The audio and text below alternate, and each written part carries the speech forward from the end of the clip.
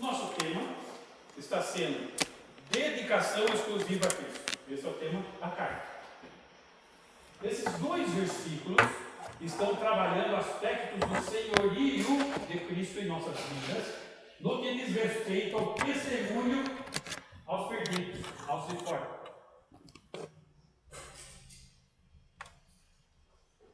Esse aspecto de senhorio que nós temos visto é muito importante, porque se nós não estamos dedicados, não estamos vivendo isso, não estamos tendo senhorio em nossas vidas.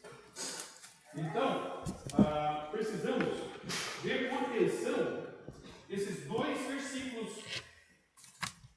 E o texto começa com portais. A imagem acabou? Estourou. Dá? Dá para ir, né? Estourou. Estourou. Estourou tudo. Fica para cá. A imagem está estourando. Depois vou ter que arrumar uma luzinha aqui. Portais. O que significa portais? Significa ter cuidado. Dentro do contexto do texto, é cuidado de não dizer, não fazer coisa alguma que dificulte o testemunho do Evangelho. Então, portai-nos com sabedoria para a construção de fora. Portai-nos. Qual tem sido o nosso comportamento? Quando pensa em portai-nos, não me parece que o problema está sendo a conduta no falar de maneira errada. Me parece que está havendo a falta de falar. Acabamos de cantar, porque eu amo a mensagem da cruz. Se eu amo a mensagem da cruz de fato e de verdade, eu tenho que proclamar isso. Só que para isso eu preciso portar com sabedoria. Interessante, eu estava pensando nessa questão de sabedoria. E quando nós estamos estudando no discipulado de Efésios, lá cita bastante a questão de sabedoria. Capítulo 1, versículo 8 de Efésios, vamos ver. 1. Que Deus derramou abundantemente sobre nós em toda a sabedoria e prudência. Você é de Jesus? Ele já derramou abundantemente toda sabedoria e prudência. O princípio da sabedoria é conhecer a Deus. Princípio. Nós conhecemos a Deus. E a continuidade disso? Notem que são duas palavras, uma acompanhando a outra. A sabedoria está na palavra de Deus. Quanto mais eu tenho da palavra de Deus, mais eu tenho instrução para comunicar sabedoria. Só que tem uma palavrinha junto, prudência. O que é ser prudente? Cautela, antever. Antes de acontecer algo, pode acontecer isso. Prudência. Prudência. Ainda ontem, chegando em São Paulo, passando logo a torrefação, descendo, cruzo com 2 caminhões. Não preciso dizer que eu não enxerguei nada, né? Subiu tudo. Então eu me mantive, né? Para não sair fora para cá, nem para lá, vim aqui e o carro só deu um pulo. Pela pancada, foi a queda. Ué, gente. Ué, alguma coisa, o que aconteceu? Porque a pancada foi muito forte. Virei o carro, voltei para o que era um cachorro dessa altura aqui, fazendo sua pancada no mãozinho velho. Ele já estava morto. Mas com o cruzamento dos faróis, eu dei de cheio. Aquele susto. Agora, Isso porque eu estava procurando ter toda a prudência possível quando veio aqueles dois faróis na minha cara. Assim mesmo ainda, peguei o cachorro morto. E se não tivermos prudência com as coisas de Deus? Precisamos ser prudentes para não comprometer o testemunho. O testemunho é algo muito importante quando nós vamos comunicar a mensagem do Evangelho. Porque se você não tem testemunho, você não tem autoridade.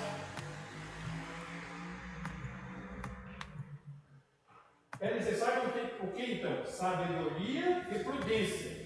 Versículo 17. 1,17. Aqui o apóstolo Paulo está orando para que o Deus de nosso Senhor Jesus Cristo, o Pai da glória, os conceda espírito de sabedoria e de revelação no pleno conhecimento dele. Note como a questão da sabedoria está ligada a Deus, a conhecer a vontade de Deus, a conhecer a palavra de Deus. E Paulo está intercedendo pela igreja de Éfeso para que eles tenham espírito de sabedoria.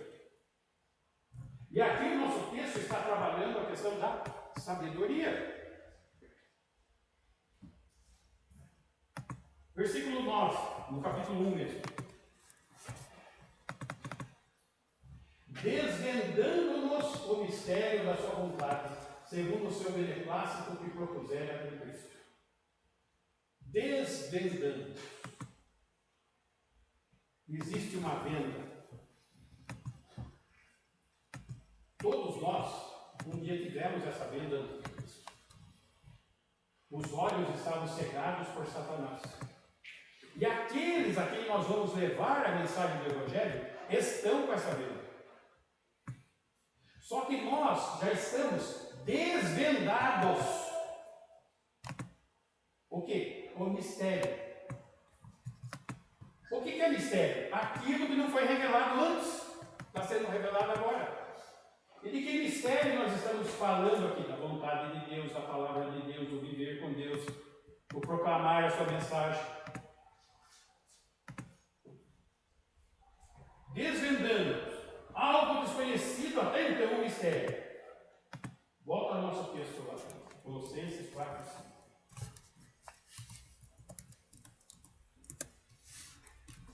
Portai-vos com sabedoria para com os que são de fora. Para com os que estão de fora. Meus irmãos, os que estão de fora, o mundo, eles não se interessam pela palavra de Deus. No primeiro momento, eles se interessam muito pelas nossas vidas, com um olhar muito crítico. Eles estão observando.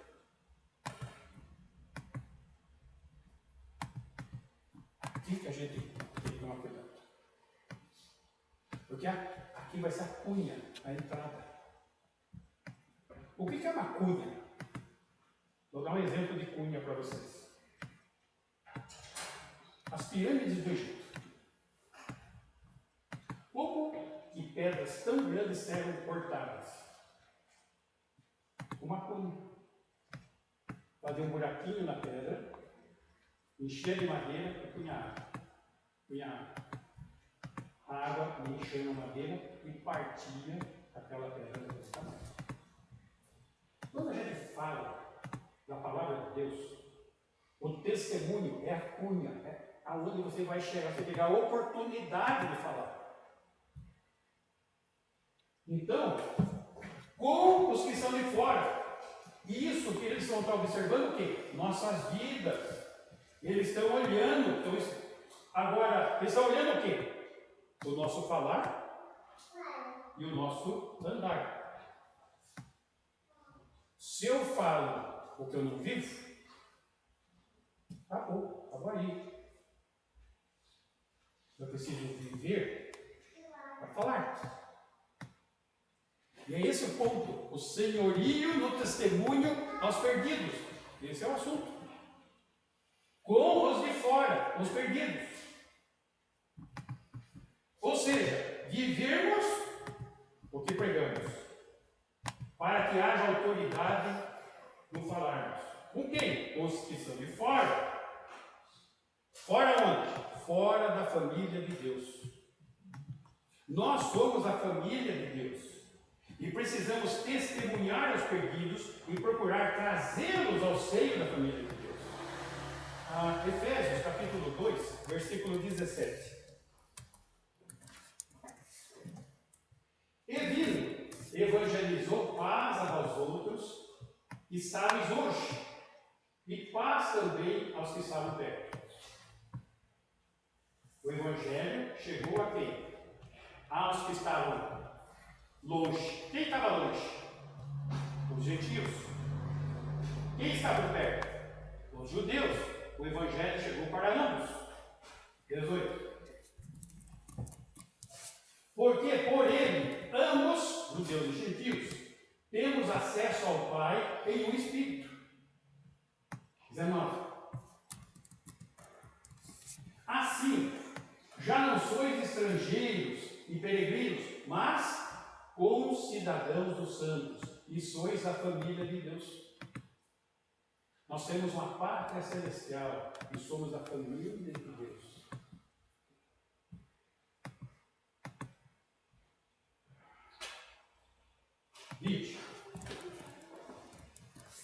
Edificados sobre o fundamento dos apóstolos e profetas, que é todo ensinamento que está nas cartas, no Novo Testamento, sendo ele mesmo, Cristo Jesus, a pedra angular.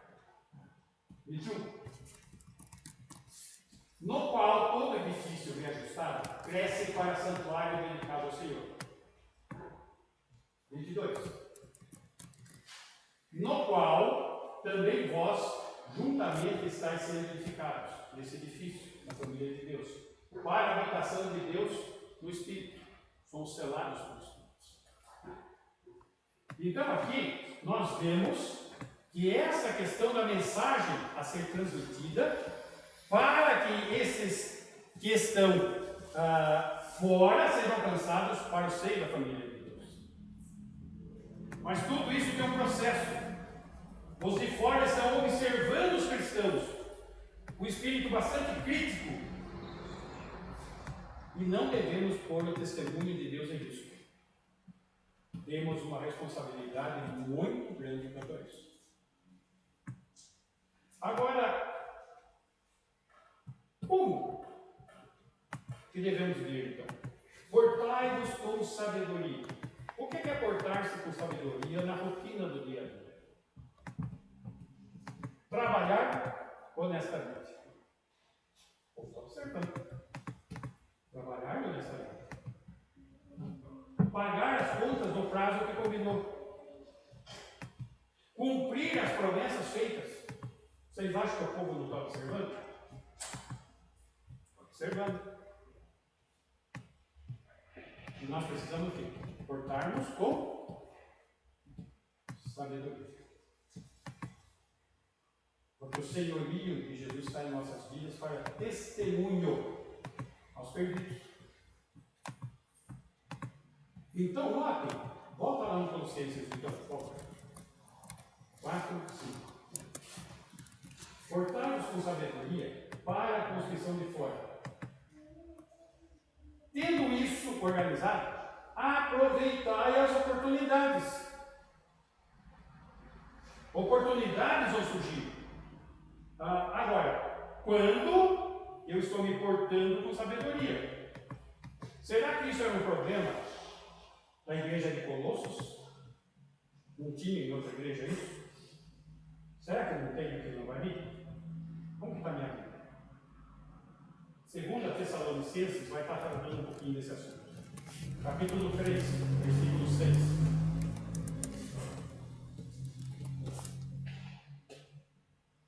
Nós vos ordenamos, irmãos, em nome do Senhor Jesus Cristo, que vos aparteis de todo irmão que ande desordenadamente e não segundo a tradição que de nós recebestes.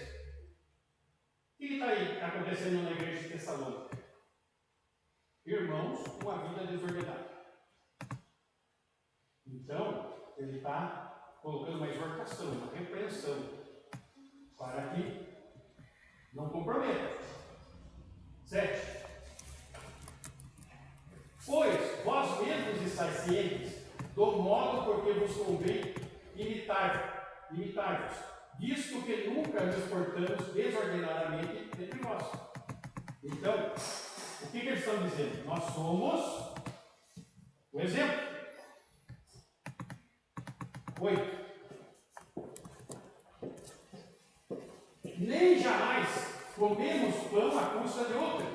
Pelo contrário, em labor e fadiga, de noite e de dia, trabalhamos, a fim de não sermos pesados a nenhum de vós. Aí está falando então o quê? Paulo, Timóteo, os obreiros. Eles não estão sendo assalariados, não estão recebendo, não que eles não tenham o direito ou o mérito, eles estão abrindo mão em favor da igreja. 9. Não porque não tivéssemos esse direito, mas por termos em vista oferecermos exemplo em nós mesmos para nos imitarmos. Note a questão, versículo 14 agora. Caso alguém não preste obediência à nossa palavra, dada por essa epístola, notai-o, nem vos associeis com ele, para que fiquem envergonhados. 15. Todavia, não o considereis por inimigo, mas advertiu como irmão.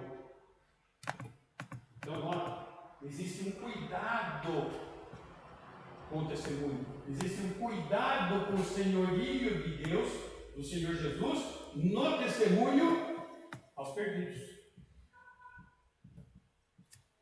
Isso é o alvo. 1 Tessalonicenses, capítulo 4, versículo 9. No tocante ao amor fraternal, não há necessidade de que eu vos escreva, porquanto vós mesmos estáis por Deus instruídos que deveis amar-vos uns aos outros. Uma igreja com comunhão. 10. E na verdade, estáis praticando isso mesmo para com todos os irmãos em toda a Macedônia. Contudo, vos exortamos, irmãos, a progredirdes cada vez mais. Note, existe um aspecto aqui necessário de progredir na fé. 11. E a diligenciar-vos por viver tranquilamente, cuidar do que é vosso e trabalhar com as próprias mãos, como vos ordenamos. Ou seja, vida simples. Rotina do dia a dia. 12. De modo que vos porteis com dignidade para os que são de fora e de nada venhais a precisar. Aonde que entra o nosso comportamento, os porteis, para com os de fora. Que é a instrução que estamos tendo no nosso texto. Ou seja, é uma instrução que atinge o mundo cristão, as igrejas, os irmãos. É um cuidado, né? De modo que vos porteis com dignidade. Efésios 4:1 fala que nós devemos andar de modo digno do nome do Senhor Jesus. Então, isso com uma preocupação também com os de fora, não é só com os de dentro, também com os de fora. Para isso, para que surjam oportunidades, voltando lá ao nosso texto, Vitão, 4:5, Colossenses 4:5. Aproveitai as oportunidades. Esse verbo aproveitar, ele tem o sentido de comprar. Ou seja, custe o que custar, esteja pronto para compartilhar o precioso Salvador. Custe o que custar. Note, é um ato de fé, é um ato de convicção, é um ato de você estar compenetrado com o seu papel no corpo de Cristo, na igreja de Cristo, o seu papel com a família de Deus, com a família da igreja local. Muito bem. Versículo 6.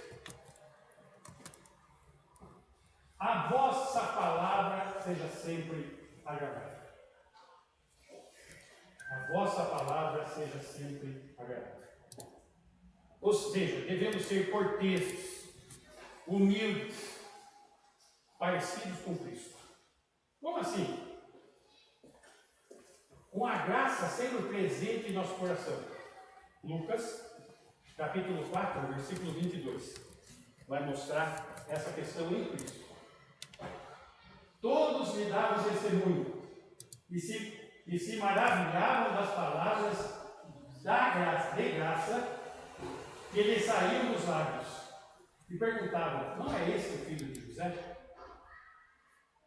Como que eram as palavras agradáveis, cheias de graça. E quando nós vemos isso, nós vemos o exemplo a ser seguido. Aí em Colossenses, no capítulo 3, versículo 16, denota isso. Colossenses 3, 16. Não, é Lucas. Colossenses. Habite ricamente em vós a palavra de Cristo. Instruí-vos e aconselhai-vos mutuamente em toda a sabedoria, louvando a Deus com salmos, hinos, cânticos espirituais, com gratidão em vosso coração. Existe uma preocupação quanto a isso. Efésios, capítulo 4, versículo 29. Não saia da vossa boca nenhuma palavra torpe, e sim unicamente a que for boa para a edificação, conforme a necessidade, e assim transmita a graça aos que a ouvem. Note, palavra torpe não é só palavrão. Palavra torpe é assunto desnecessário. Eu não sei se vocês já perceberam que tem algumas pessoas que você chega perto delas, você já sabe o que ela vai falar. A primeira vai comentar o dia. Está frio hoje, né? Ou está calor. Daí, você viu o jogo do Corinthians?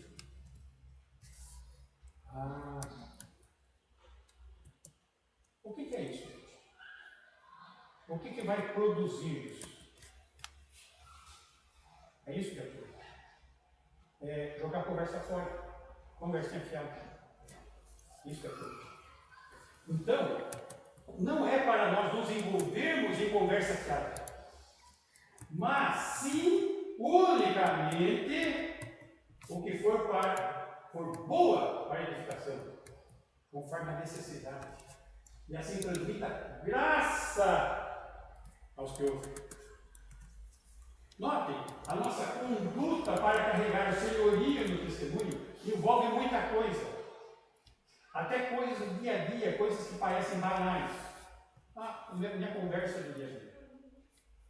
Se a sua conversa do dia a dia não passa de banalidades, está sendo torpe o seu falar. Mas não falo nenhum palavrão. Não é só palavrão. É conversa sem finalidade. Notem como nós temos que trazer maior proveito à nossa maneira de viver. A nossa maneira de pensar, a nossa maneira de falar, tem que ter objetividade, propósito.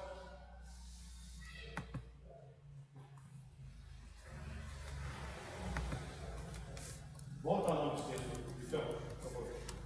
Colossenses 4. Colossenses 4. Portai-vos com sabedoria para os que estão de fora, aproveitai as oportunidades. 6. A vossa palavra seja sempre agradável, temperada com sal. Temperada com sal quer dizer uma conversa, uma palavra não insípida, uma conversa que não seja sem sabor, mas seja uma conversa proveitosa, como acabamos de ver em Efésios. De novo, um exemplo de Jesus. Disse Jesus à mulher apanhada em ato de adultério: nem eu tampouco te condeno. Agradável. Vai e não peques mais. Salve.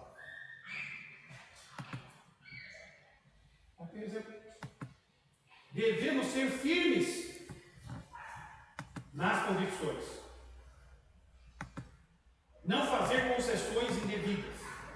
Mas tudo isso com graça e salva. Não significa aquele negócio, tudo é amor, tudo morre no mar do amor, no oceano. Gente, é isso que as igrejas estão fazendo, fechando os olhos. Vale tudo, pode tudo e vai. É tudo amor. Não é assim não. A coisa não é dessa maneira, não é por aí. E não pode ser.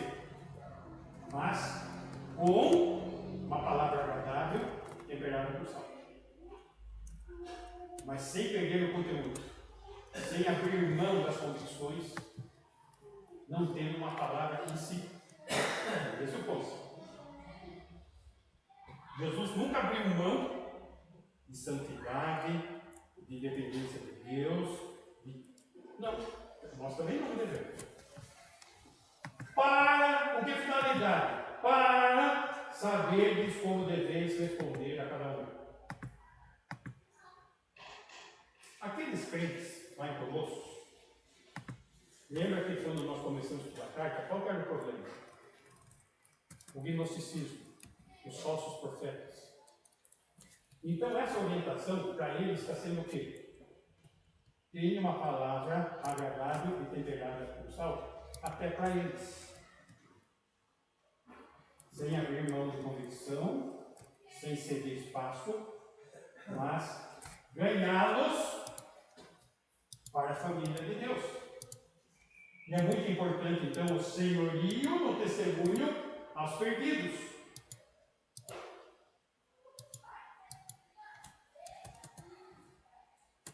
Então, a grande questão é a seguinte: não podemos ter um pensamento, aquele não tem jeito, essa pessoa não dá, tal irmão não tem como consertar. Não é assim. Porque se fosse assim, nem eu estaria aqui na frente. Não escapa um. Todos nós estávamos perdidos, mortos em nosso delito e pecado. Não tinha esperança em nada no nosso vida. Mas o Senhor transformou. As coisas velhas ficaram para trás. Tudo começou novo. Isso pode acontecer até naquela pessoa que você não espera. Eu já compartilhei com vocês uma vez, até quando você não está com vontade. Eu recebi um casal de amigos na minha casa, lá no apartamento do bairro, e preparei um jantar todo especial. E passei um dia difícil, corrido. Eu acho que eu nem fui almoçar aquele dia, eu cheguei em casa pensando naquele jantar. Puxa! E aquele casal trouxe um outro casal. Trouxe o irmão para a cunhada. Nós sentamos, quando comecei a arrumar o prato, então, Maria, eu trouxe esse casal aqui, eu quero que eles ouçam da salvação em Jesus. Ele quer afastar o prato, parmejando e espelhando. Quando ele falou aquilo, eu falei assim, por que não falou antes e não fala depois? Vai ter na hora que eu vou dar a primeira garfada. Comecei a falar sem muita vontade de falar. O casal se converteu. Mesmo eu tendo sem vontade. A minha cabeça só não parmejou.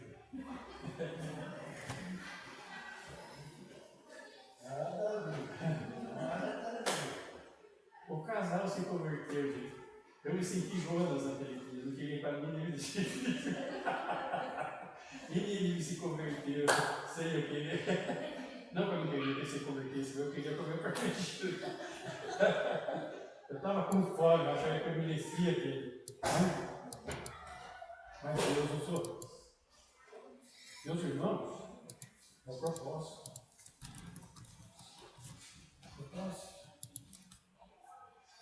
E nós não sabemos quem, mas nós podemos ser usados. E aqui, eles estavam sendo convocados a transmitir isso aos falsos profetas, com graça e saúde, com coerência, na forma de viver, de falar, ou seja, quando a conduta e a conversa trabalham em conjunto, igual, o senhorio do testemunho aos perdidos é eficaz. Senhorio e testemunho aos perdidos é eficaz quando a nossa conduta e a nossa conversa são harmoniosas em Cristo. Aqui está a receita para que a minha e a sua vida seja positiva, frutífera, a família de Deus cresça e possamos ser instruídos como igreja ao corpo de Cristo para o nosso crescimento. O senhorio no testemunho aos perdidos. Que o Senhor nos ajude. Amém? Ok. Vamos encerrar esse tempo? Ricardo, você faz essa oração? Você?